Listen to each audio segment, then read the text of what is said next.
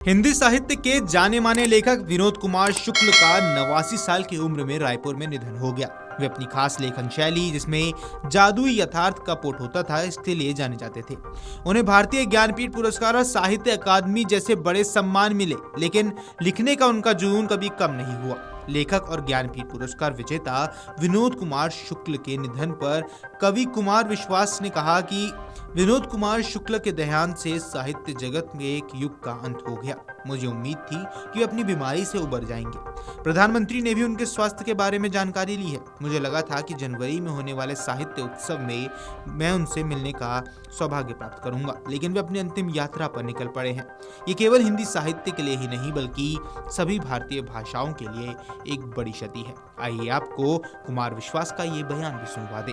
और हम जैसे लोग जो 70 के दशक में पैदा हुए, जिनके 80 के दशक में थोड़ी सी चेतना कविता समझने या सुनने की आई, उनके लिए जो हिंदी के मानक नाम थे, जिनको सुनना, जिनको पढ़ना अपने आप में बहुत अद्भुत था। और हिंदी की कविता में या कला के क्षेत्र में साधक प्रवृत्ति जो लुप्त प्राय हो रही है, जहां एकांत में अपने कोने में सामाजिक ताने बाने से प्रचार पारंगमुख होकर लिखते पढ़ते रहना, अपनी बात कहते रहना और उसे जगत में छोड़ देना बिना ये सोचे समझे कि इसे स्वीकृति मिलेगी नहीं मिलेगी, उस प्रक्रिया के आखिरी नामों में विनोद कुमार शुक्ल थे। हमें आशा थी कि वे स्वास्थ्य लाभ कर लेंगे। पीछे प्रधानमंत्री जी ने भी उनका हालचाल पूछा था और मुख्यमंत्री जब गए थे तो मैंने मुख्यमंत्री जी को भी फोन करके पूछा था कि उनका स्वास्थ्य कैसा है।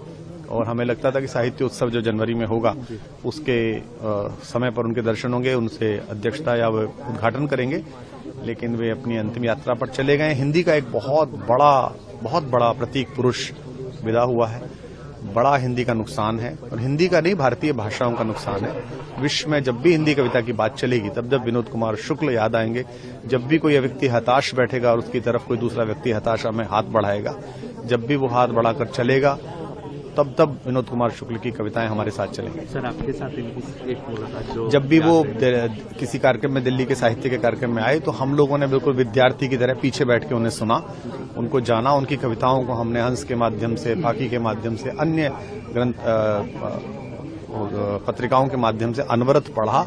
तो एक स्टार के साथ जो एक प्रशंसक का, फैन का संबंध होता है, मेरा संबंध केवल इतना रहा, कवि के रूप में नहीं। मेरा संबंध रहा कि एक पाठक जो एक अपने समय के कवि की आभा से चकाचौंध होता है, उसकी क्षमता से प्रभावित होता है। तो मेरा ऐसा ही संबंध रहा, इसलिए मेरे लिए तो एक ये निजी रूप से भी नुकसान का समय है। धन्यवाद।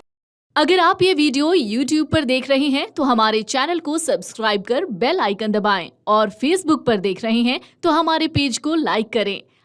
अगर आप ये वीडियो YouTube पर देख रहे हैं तो हमारे चैनल को सब्सक्राइब कर बेल आइकन दबाएं, और Facebook पर देख रहे हैं तो हमारे पेज को लाइक करें।